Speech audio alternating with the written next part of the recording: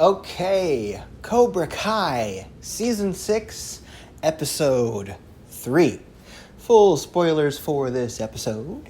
I'm having a great summer, and Cobra Kai has greatly contributed to that. First of all, I'm really enjoying the writing this season. A lot of good vibes coming out of this. There is the whole thing with Tori and whatever Daniel's daughter's name is. I don't know why I suddenly forgot that, but Tori and young LaRusso, they're getting along very well. I like that whole thing with with Johnny trying to get the two of them to fight, and then they end up making up together. By the way, that whole scene was kind of weird, wasn't it? That whole scene with Johnny Lawrence trying to get the girls to have a sleepover fight, and they've got the pillows, and I know that it was meant to be like Johnny Lawrence is a really awkward person, but like that seemed really weird even for him. But anyway, we're getting this thing with the side quest with them trying to figure out what's happening with Mr. Miyagi as far as this hidden secret. I'd say be careful rewriting Mr. Miyagi. You gotta be a little bit careful of that. You gotta be wary of rewriting the legacy and the backstory of classic characters. You've got to be careful doing that.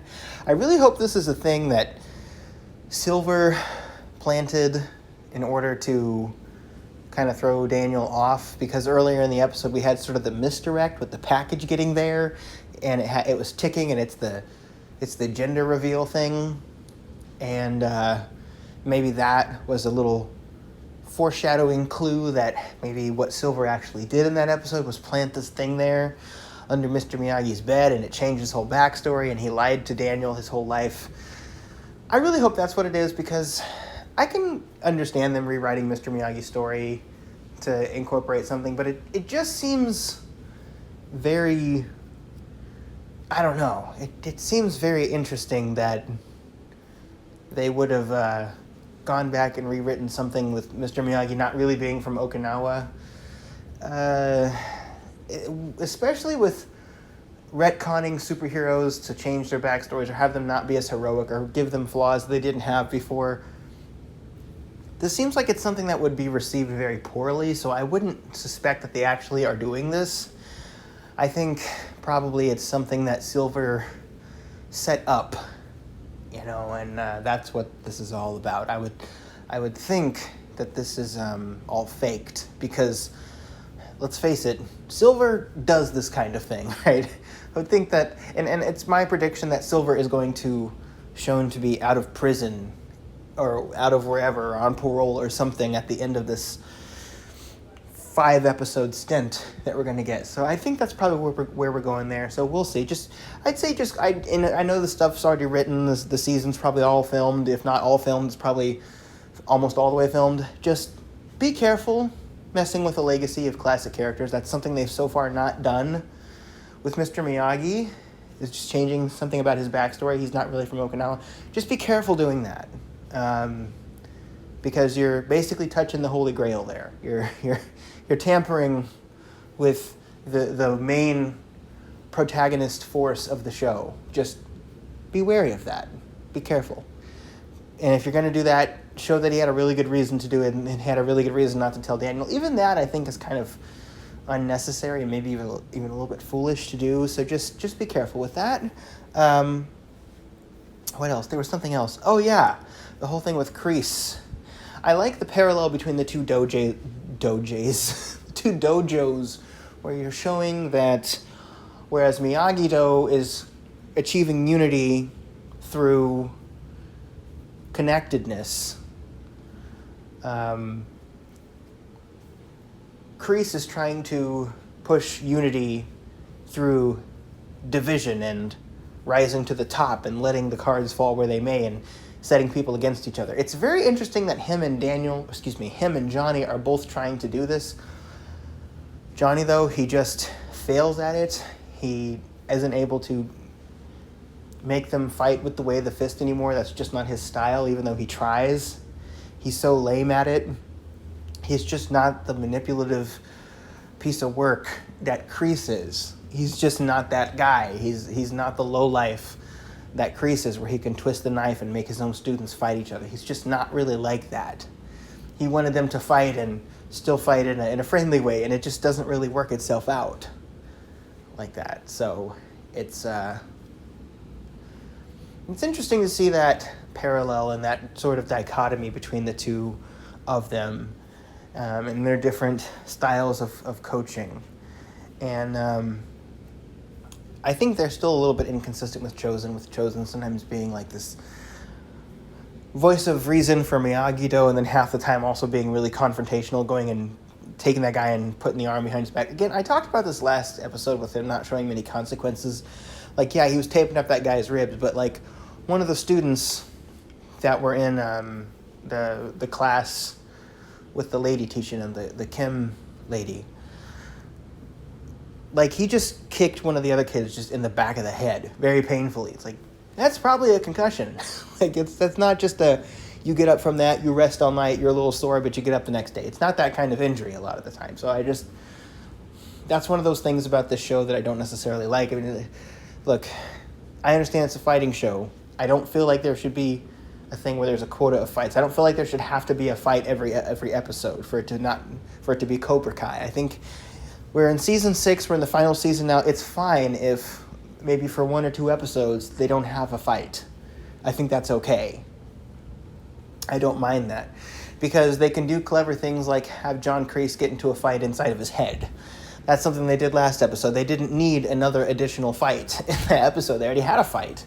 And even if there were no fights, like I said, I think it'd be okay. I think people are interested enough in the material where you don't necessarily need to do that. I think the writers should allow people to like the material. I think they should have confidence in their material, that people will continue watching the show if there are no fights, not for necessarily the fighting, but because of the character development, that they'll care enough about the actual characters to keep watching the show, even if no one's throwing hands during one of the episodes. I'm optimistic. I'm enjoying it so far. That moment with Samantha LaRusso. Hey, Samantha LaRusso and Tori. That moment was very sweet. I really liked that. And they're showing that a lot this episode with people, this season, with people about to fight, and then they decide not to fight and say, you know what? This is stupid. We're not going to get in a fight over this. I like that. I like them showing that sometimes putting conflict behind you is the way to go and being the bigger person. Because the two girls could have easily started fighting again. And if they would have done that, again, this is season 6. This is supposed to be the final one.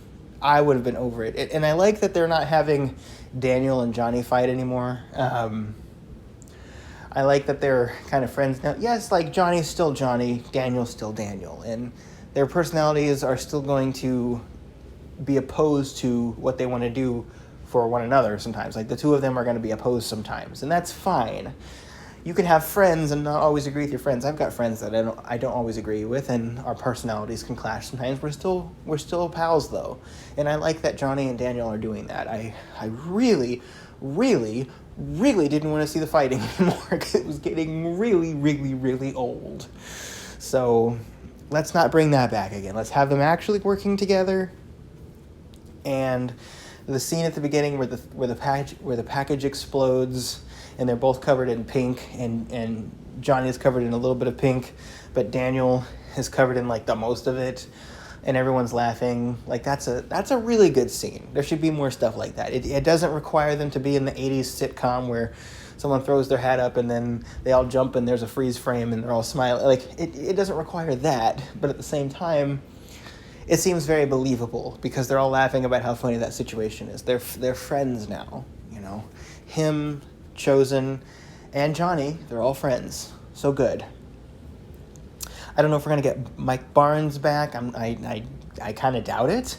He might show up for the finale or something. I don't know if we're going to be getting, who else? Like Allie back. I don't know. I mean, I don't really feel like she needs to come back. It'd be cool to have everybody back for the finale, but I mean, it's not really strictly necessary, right? I think it's fine to round the show out. I kind of agree with the, I almost gave something away, but I watched this franchise in the 70s and 80s that ended with a very small, it started small and it ended small. It was a film trilogy. And I really liked that about that. You know, started small, ended small. It's great to do that. So I wouldn't mind if they just end it with Daniel and Johnny just having a beer together after they win the Saikai Taikai. Like, that would be great, Perfect ending. I don't know what's going to happen with Kreese. For a while, it seemed like they were going to give Kreese a redemption arc, and then they didn't. He came out of prison, and I thought, oh, okay, maybe Kreese is going to have a redemption arc now. Maybe he's going to, give up a little bit of the way of the fist. Right now, Silver just kind of seems to be absent from the series. Like, they just kind of seem to be pretending that he doesn't exist right now. He's gotten a couple name drops. Like, he got a name drop, of course, in the first episode when they talk about him getting arrested. And then he got a what was it? A name drop in this episode when they were talking about the package and what if it's Silver? So, like, he's been kind of a very small presence on the lips of the characters. He really hasn't been. I mean, they're really acting like John Kreese is just the main villain again, which maybe they're trying to return it more back to that season 3 feel, where it's really just Kreese and Johnny and Daniel. Maybe that's what they're trying to do. I don't know, but I'm liking it. We'll see what happens with episode 4. And then moving on to episode 5. I'm really excited to go online and watch reviews. I really hope they didn't release too much about the trailer. Like, I really hope the trailer for the next part hasn't dropped yet, because I don't really want to know anything about it. I did not watch the trailers for any of the seasons of Cobra Kai. I watched Cobra Kai Season 1 back in 2018, I think, when it dropped. And then I watched Season 2. Both of those I watched on YouTube Premium. Or YouTube... This was so long ago, I watched it on YouTube Red, if that tells you anything. YouTube Red for the first season. I think maybe YouTube Premium for the second season. And nobody had it. And then the show almost got canceled. And then it got picked up by Netflix. And Season 3 was the best one yet. Season 4, I didn't like it as much. Season 5, okay. Didn't really like the ending. So far, I really like this season. We'll see. Season 5, I think, has been the season that's been the most, weird. Because, just dangling plot threads, with Miguel's dad, for example, that never really came to anything. And I kept thinking they were going to do the thing where it's Miguel's dad, came outside and saw that he was with the FBI guys. And it all seemed like it was going to lead up to that. And then it just didn't. So that's weird. But I'm really excited that we're getting a long season, 15 episodes, and we're getting sort of that, episode and a half thing, where instead of 25 minutes, we're getting 25 and then some extra, so maybe 34, 35 minutes, so 10 extra minutes, about an episode and a half. I like that. I think it works better. Episodes feel sufficiently long. Not quite as long as a Stranger Things, but Cobra Kai, I'd say Cobra Kai is probably Netflix's best IP aside from Stranger Things. I mean, it's, Stranger Things and Cobra Kai, those are the two shows I'm always going to watch. I just think those shows have very devoted fan bases. I think they have the most mass appeal. I mean, it's really interesting, and I know I'm not talking about Cobra Kai right now, but Stranger Things is one of the only streaming shows I've seen that's gained sort of general popularity, iconography. There are things in shows that become iconic, and it's not just this is just this faction of fans who have this streaming service who like this. It's things that are part of popular culture. You can go out and reference them, and people know what you're talking about. You can say things like, if you want to live in the Upside Down, pal, that's your own prerogative. Most people know what you're talking about when you talk about the Upside Down.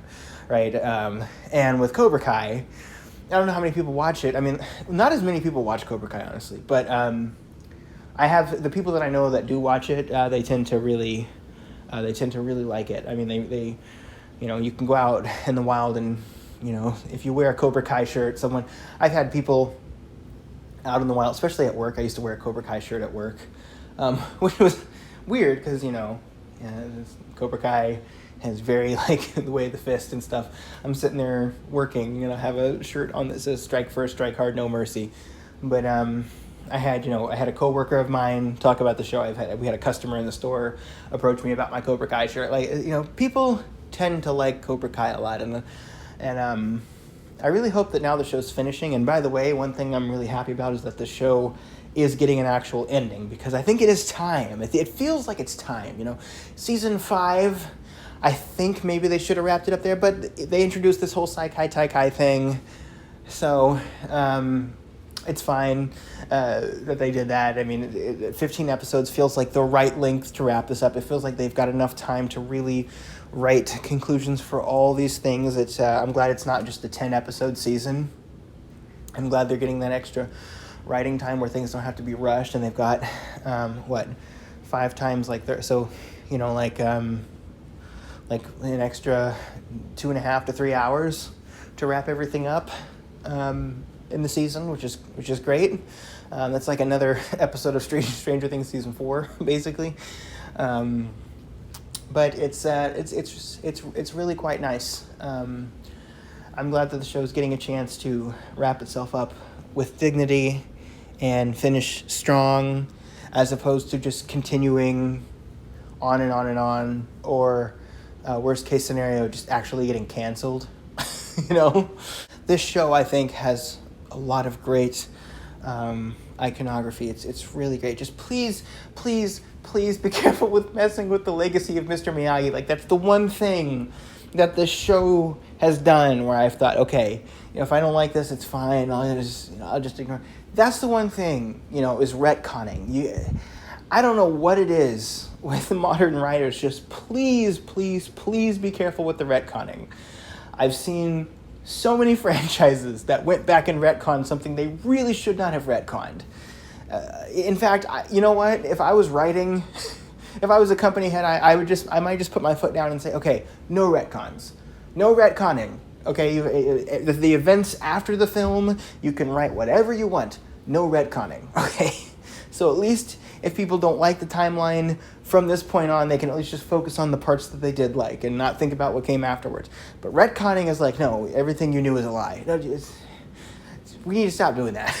It's a poor tool. It should only be used in the rarest of circumstances, and I think a lot of writers are just getting way too fast and loose with retconning. But I trust these writers. I trust that whatever they're doing with Mr. Miyagi, it probably will either A, be revealed to be like a plot by Terry Silver or something, or B, maybe that's just wishful thinking, and maybe it'll be the second option, which is it'll add more depth to Mr. Miyagi in such a way that won't turn him like into a villain. Because I don't think they're gonna just do that and be like, oh, Mr. Miyagi beat someone up in the back of the day and he had his own, like, I don't know. Anyway, we'll see. We'll see what they do. Let's not prejudge. But right now, I'm cautiously optimistic about this. Anyway, I will talk to you guys later, and thank you very much for watching. Bye-bye.